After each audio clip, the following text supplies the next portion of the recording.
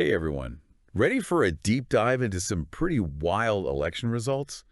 I mean, last night was something else, right? Yeah. We saw Donald Trump projected to win the 2024 race. Yeah, defeating Kamala Harris, definitely a night for the history books. It really was, and there's so much to unpack, especially with Trump already talking about a golden age, a great political comeback. Yeah, those are some pretty loaded terms. Definitely worth a closer look to see what he's really getting at. For sure. So let's get right into it. Four states really seem to be the deciders in this election.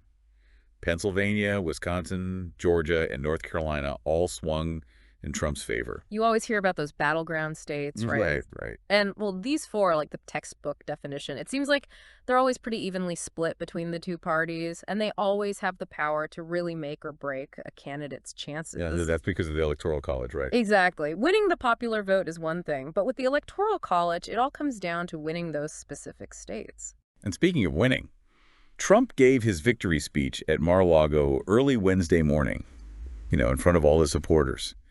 And he made some pretty big promises, like saying he's going to fix everything about our country. Fix everything. Yeah. And then lead America into a golden age. Hmm.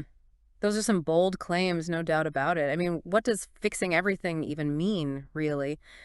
And what exactly does a golden age look like in Trump's view? That's what I'm wondering, too. I think we're going to have to wait and see how, or even if, he tries to turn those promises into actual policies. It's definitely going to be interesting to watch that unfold. This also isn't, Trump's first time in the White House either. So he's already calling this win the greatest political movement of all time. And his running mate, J.D. Vance, called it the greatest political comeback in the history of the United States of America. Wow. I mean, those are some seriously powerful statements. When you hear that kind of language, it really makes you think about other major political shifts throughout American history. I wonder where this election will ultimately fit into that larger narrative. Yeah, good question. It's also interesting who was at that victory party. The whole Trump family was there, of course, Melania, Barron. Yeah. But there were also some other pretty big names that showed up. We saw UFC CEO Dana White, Elon Musk, even golfer Bryson DeChambeau. That's a pretty interesting mix of people, to say the least. It makes you wonder if those appearances are telling us something about the potential alliances and power dynamics we might see in a Trump administration. Yeah, like who's going to be in that inner circle and who's just trying to get close. It's all part of the political game, Right, right? absolutely. It's all part of the game. And speaking of the game, things aren't quite over yet. I mean, we know that Fox News projected Trump as the winner in those key states, Pennsylvania, Wisconsin, Georgia, and North Carolina. Right. But then Trump himself is also claiming victory in Arizona, Michigan, Nevada, and Alaska. Really? Yeah. And on top of all of that, he's also claiming he won the popular vote. Wow. So are those claims like official? Are they going to be Yeah. challenged? That's a good question. And honestly, it's still too early to know for sure. But I'm sure those claims are going to have some pretty big implications down the line, especially if any of them end up being challenged. Yeah, I bet. It just goes to show how important that official vote counting and certification process really is. Definitely. I mean, we have to make sure things are done fairly and transparently if we want to be able to trust the results, right? Absolutely. Yeah, it really emphasizes how much every single vote matters in these close elections. And speaking of votes, the scene over at the Harris Walls headquarters was a completely different story last night. Oh, yeah. Their campaign chair, Jen O'Malley Dillon, told supporters to just go home and get some sleep, as the results were already showing Trump taking the lead. Huh. That's a pretty stark contrast to all that energy and excitement we saw at Trump's victory party. Yeah, for sure. It seems like the Harris campaign is being much more cautious at this point, Maybe they're trying to manage expectations a bit. Or maybe they're already preparing for what could turn into a really long and drawn-out process. It's possible they're thinking long-term here. Just waiting to see exactly how everything shakes out before making any big moves. Right. Another thing that's interesting is that Vice President Harris didn't address the nation on election night. Oh, yeah, that's right. She's waiting until Wednesday to make any kind of statement. So in the meantime, her campaign co-chair, Cedric Richmond, gave some really brief remarks, mostly just emphasizing the importance of counting every vote. I wonder if there's a strategy behind delaying her address. Yeah, what do you think? Well, it could give her more time to really craft a specific message that directly responds to what's happening right now.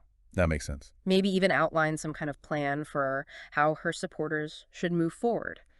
It's all about controlling the narrative, right? Right. To some extent, at least. Yeah, for sure.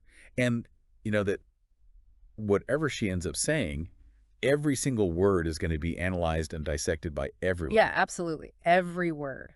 It just feels like this whole election has been such a roller coaster ride, and it doesn't even feel like it's really over yet. No, not at all. The dust definitely hasn't settled. And honestly, I think the decisions that both of these candidates make over these next few days and weeks are going to have a huge ripple effect on the political landscape for years to come. Yeah. It feels like this is just the beginning of a whole new chapter in American politics. And we're all just waiting to see what that chapter holds. So taking a step back for a moment, what do you think all of this, the results, the things both Trump and Harris have been saying, what do you think it tells us about the future of American politics? Well, that is the big question, isn't it? I mean, this election has really brought some deep divisions in American society to the surface. And honestly, it's hard to say how those divisions are going to be addressed or if they even can be addressed. Yeah. It really feels like we're at a turning point. Like we're standing at a crossroads, and the path we choose to go down right now is going to determine where we end up. Yeah, it feels like a moment where we all really need to pay attention. We have to Mhm. be informed and engaged if we want to have any kind of say in what happens next. Absolutely. Staying informed and being willing to have those open and honest conversations about these issues, even seeking out different perspectives and viewpoints, it's all crucial right now. Yeah, it feels like we've been handed this giant puzzle, and now we have to figure out how to put all the pieces together. And there's so many pieces to this puzzle, right? The policies each candidate might focus on, the alliances they might build or break, how the global landscape is going to respond to all of this.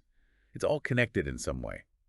So, as we wrap up this deep dive into this truly historic election, we're left with a big question for you. What do you think all of this means for the future of American politics? That's what it all comes down to in the end, right? Exactly. We've explored the key moments and the potential consequences. We've looked at both sides of the story. Right. So now it's time to take all of that and reflect on what it all means to you personally. What are the things that resonate most with you? What are the things that you're most concerned about?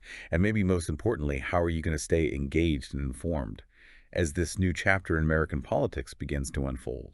This election, this is really just the beginning of the story. Yeah. We encourage all of you to keep asking those questions, keep learning, and keep participating in this ongoing conversation about the future of our nation. Well said. And thank you all for joining us on this deep dive. Yes, thank you. We'll be back soon to explore another fascinating topic. But until then, stay curious and keep those minds engaged.